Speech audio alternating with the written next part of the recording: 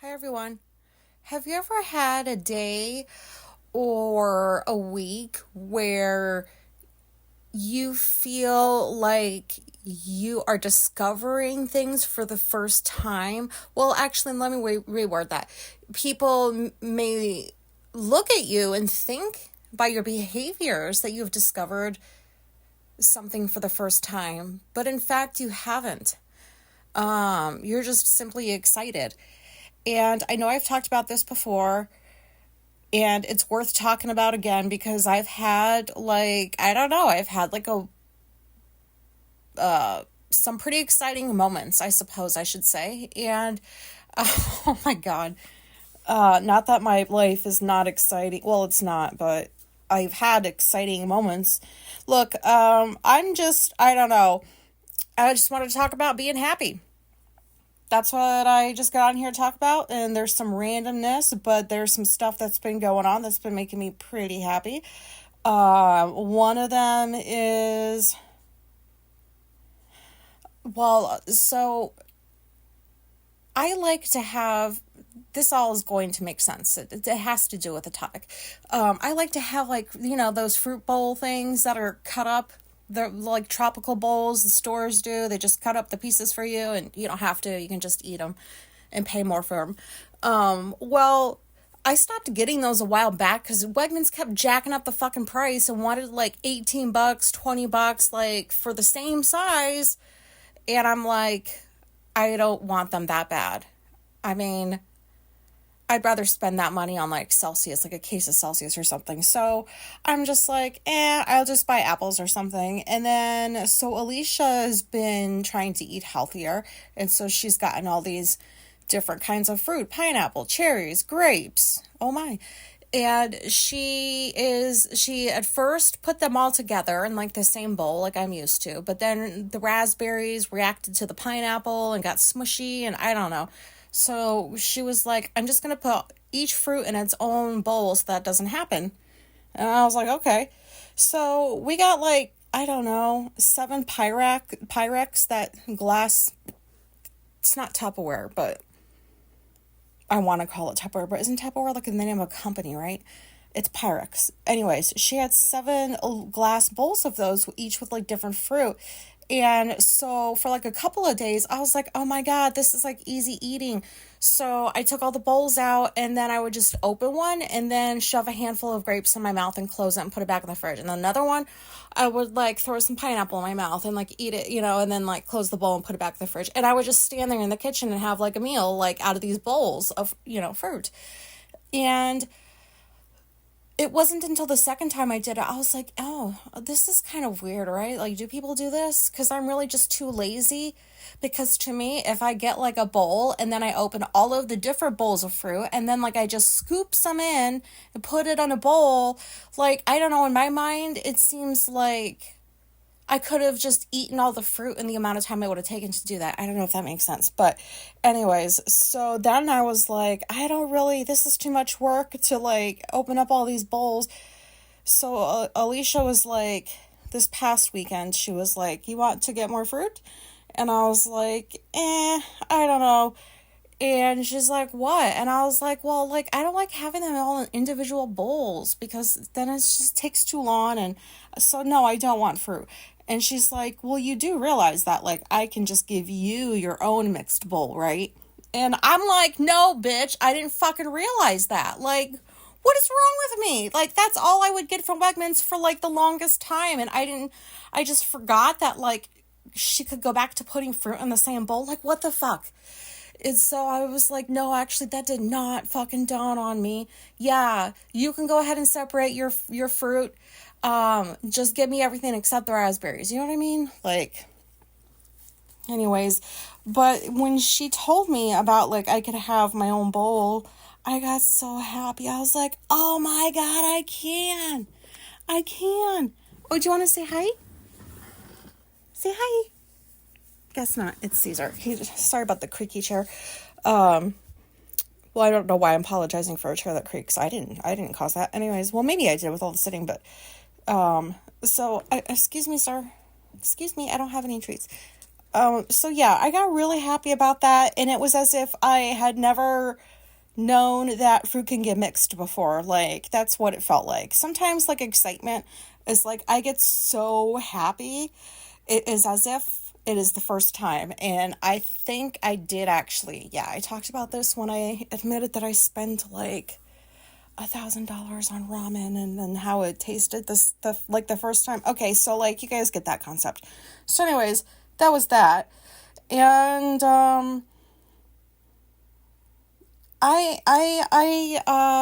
not gonna, I don't like the word rabbit hole. I mean, I feel like I use that a lot. I feel like everybody uses that a lot. I got really happy about TV the last few days. So, there's sometimes I can work with the TV on if it's like a really good show, and like I can do both at the same time. And like, I don't know how to explain it. That, like, I can almost never do that, because that's hard to concentrate on two different things. But anyways, I was on Hulu, I don't know, sometime last week, and I found this show called Dark Side of the 2000s, and I started watching it, and I'm like, whoa, what is this? And like this word Vice, like, I didn't know it was a channel or a company. Like, I didn't know, I've never heard of Vice before, and I was like, who is this Vice person or people that keeps popping up at the beginning of these episodes? Because they sure made a really good documentary series. And then I finished it, and it was like, at the end where Hulu like recommends, like, hey, you might like this. There was a Dark Side of the 1990s, and I'm like, what? And that one had like 20 episodes. Like, one of them had 10, and the other one had 2 seasons, so it was 20 episodes. And I was like, oh my god, this is the best. So I watched 30 episodes of the Dark Side of whatever in like 3 days. And then I was like, well, now what? And then Alicia was like, I heard they had a Dark Side of the Ring. So I fucking went to look that up. And I'm like, oh my god, there's so many seasons. And so I stayed up till like 4:30 in the morning watching the Dark Side of the Ring. Like, I don't like wrestling. I do not get it. I just don't get it. But when I was growing up, I was kind of forced. It was like thrown in my face. Like, my family was obsessed, my parents and my brother. Like, they were always watching wrestling, always during dinner, like every Saturday when they had the fucking events. And I'm like, this is so stupid. It is stupid. They're all like, I don't get it. They're all fake. They're acting. It's not real. I don't know. Hold on. Sorry about that. At least it's not dry mouth. At least maybe I do have dry mouth and I don't realize it. But anyways, so like I would, since it was like forced upon me, I loved watching the guys like Shawn Michaels, anybody that grew up in like the 80s, 90s, like, remember? And then Razor Ramon, I loved him. Jake the Snake, he was all right. Who are the other ones they're showing? Like the pretty Bret Hart. Oh, I used to love him so much. And so like, I just remember that was the only way I was going to get through wrestling in my family, was just by admiring how the guys look. They were so pretty. I don't know. I don't like to say hot or cute because I think that sounds stupid. And I don't care if pretty sounds stupider or if stupider is not a word. I like to say pretty. Like, I loved them. So anyways, I'm watching this Dark Side of the Ring, and I don't even fucking care about not liking wrestling. I love to find out, like, what has been going on with people, who's been doing shady shit, how's that affected this person, like, who went to prison over here, who killed who, like, I don't know. And then, so I'm doing some research, and I'm like, oh my god, there's like a whole, like, channel thing, like, Vice has so many other shows.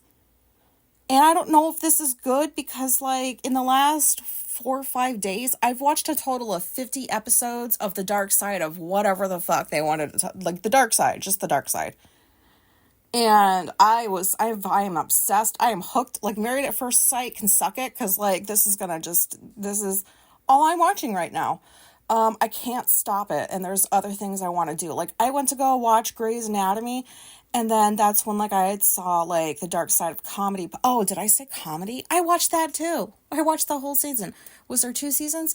I don't know. I fucking finished the whole thing. So many episodes. So many. Dark Side of Comedy. That was really good. So yeah, I got really excited, and I was telling Alicia, I was like, oh my god, you'll never believe what I found out about this one and that one. So this is definitely a special interest, and I'm just gonna roll with it, because what else am I supposed to do? Like, deny myself? No. And so there's that. Also, randomly, this has nothing to do with being excited. I just randomly had this thought yesterday, like, about postcards. I saw something on TV. Like, I think I was watching Jinx, that show that they wrapped up the season or whatever, or the series, the Jinx, that last episode dude that was like, ugh, killed people.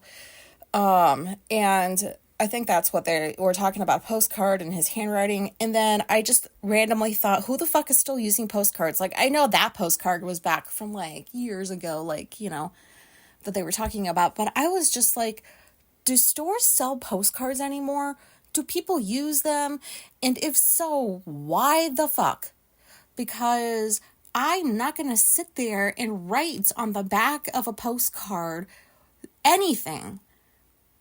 And then anybody gets to read it that, like, gets it in the postal system. Like, what if I wanted to say a lot or something? Or, like, I don't know, can't really say what hotel I am because, like, maybe somebody will come to kill me if they see it on this postcard. Like, I don't know.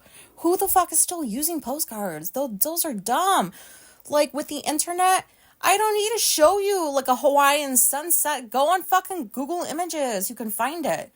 I'm just like, who's not bothered by that? I don't know. It's so exposing. Like, I would never use a postcard anymore. I did as a kid, but I drew things that I shouldn't have drawn and then mailed them to different people. And so that was random. And then, like, I don't remember if I told you, like, after Alicia graduated a few weeks ago, Janice took us out for dinner, I guess it was, lunch, I don't know. And I was so hungry. I don't remember if I did talk about it. It deserves another talking about. So I was so hungry, and like there was 4 of us, Janice, Nadine, me, and Alicia, and the server brought a thing of mozzarella sticks, and they were like real, not like, you know, cooked from frozen or whatever. Like, these were real mozzarella sticks, and I was so hungry, and Alicia was too. And I remember, like, I just bit into that, and I was like, oh my God. And Janice looked at me, and she's sitting right across from me. And, like, I don't know, like, the best word I can use to describe Janice is classy. Nadine, not classy. I don't know how those two go out in public together all the time, but, you know, like, Janice doesn't like to have attention drawn. And I was like, this is so good. This mozzarella stick is so good. And I looked at Alicia. I was like, isn't this so good? And like, Janice is just staring. She's like, it's just a mozzarella stick. And I'm like, yeah, you don't get it, do you? And then I was like, oh, was that loud? Like, Janice, that's really good. Like, that is the best mozzarella stick I've had in my entire fucking life. And I have been thinking about that fucking mozzarella stick. I should have just ordered myself some. But like, all I've been thinking about for weeks is that mozzarella stick. And how, like, you know, I forgot how loud I can get when I'm in public, but Janice didn't shame me, so that's good. I appreciated that, but I haven't been able to get that out of my mind. And then, like, yesterday, I'm in my room, and Alicia had been cooking and brought me back homemade mozzarella sticks that she had just cooked, and I was like, okay, thank you. And I took my first bite, and I was like, oh my God, these are so good. Like, they're so fucking good. And I'm just back here like, I'm eating gold. Nobody can see me. Nobody's like, this is like the best mozzarella sticks I've ever had in my life. And then I go out after I finish eating them, and she's finishing up hers. And I'm like, those were so fucking good. Like, oh my God, weren't they so good? And she's like, they were okay. Oh, do you know how disappointed it is when you're so happy about something and then the other person is not on that level and not even close to that level? I'm like, what the fuck are you have COVID again or something? Like, can you not taste what you cooked? Like, these are so good. You know, but I also noticed that, like, I forget to eat. So, like, when I get food brought to me and I forgot that, like, I'm hungry, everything tastes good. But, like, still, I don't know. Those were so good. I got so happy about that, and I wanted to share it. And, oh, yeah, and then, like, chicken nuggets, we were out at the store, like, Aldi's or something last week, or no, a few days ago. Oh, no, we were on Instacart. I don't know. My brain, I don't know. We were on Instacart, and I go to, because we were sitting next to each other with our laptops the other day, And she had looked at the list and she saw that I put Tyson chicken nuggets in the cart. And she goes, ooh, chicken nuggets. And I'm like, no. I'm like, get your own bag. Because you know what? Every time she says ooh over something that like I have picked, that I assumed I was picking just for myself, she starts to want some. And then, you know, it's that thing where like, I can get a bag of chicken nuggets and like have it for 2 days straight. And then if there's any left, it'll sit in the freezer or for like 2 months until I decide I want more chicken nuggets. But it's very important that that bag stay in there frozen because I know how many are left.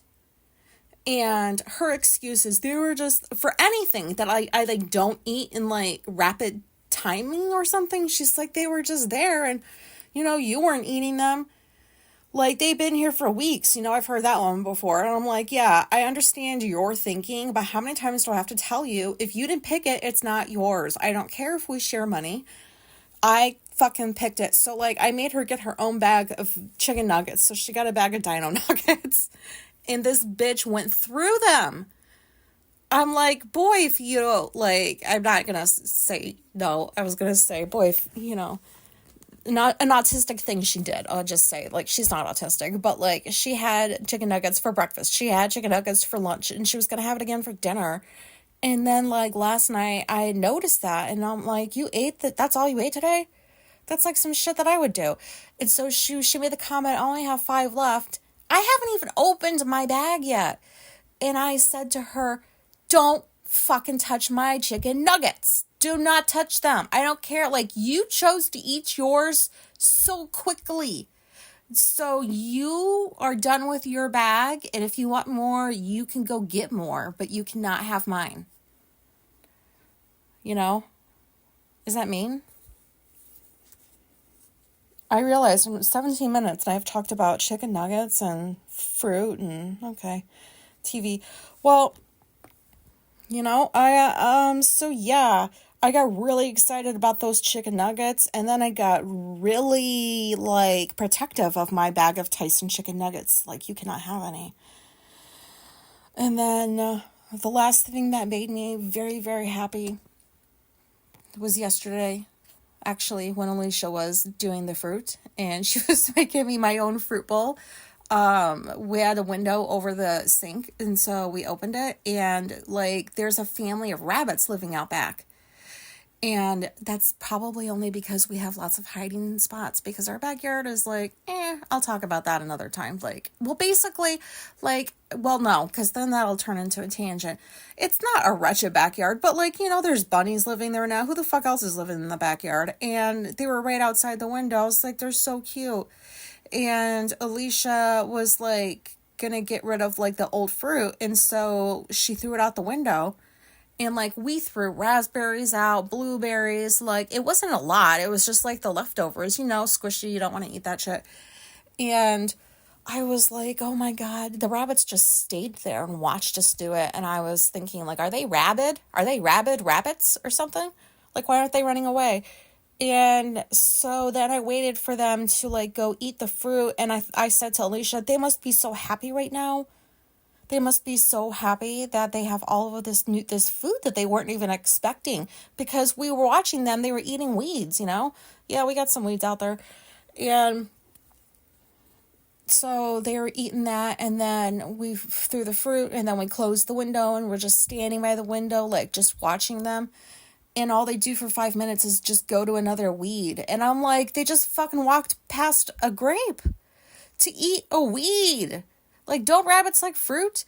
And so this like really pretty bird with like a bluish, like silky head just like flew down from the tree and like waddled on over and picked up a raspberry and flew off with it. And then pretty much like I was just glued to that window, or I would leave it and come back like within like 20 minutes. And that bird was eating up all the fruit. And I told Alicia, I was like, do birds know like when they're supposed to stop eating? Like, are we going to kill that bird? Like, does it not know when to stop eating? It's just going to eat all the fruit and then the fruit and die or something? I don't know why I was worried about that. But I was like watching the rabbits and the birds and then later squirrels living their lives. And I was like, this is so cool.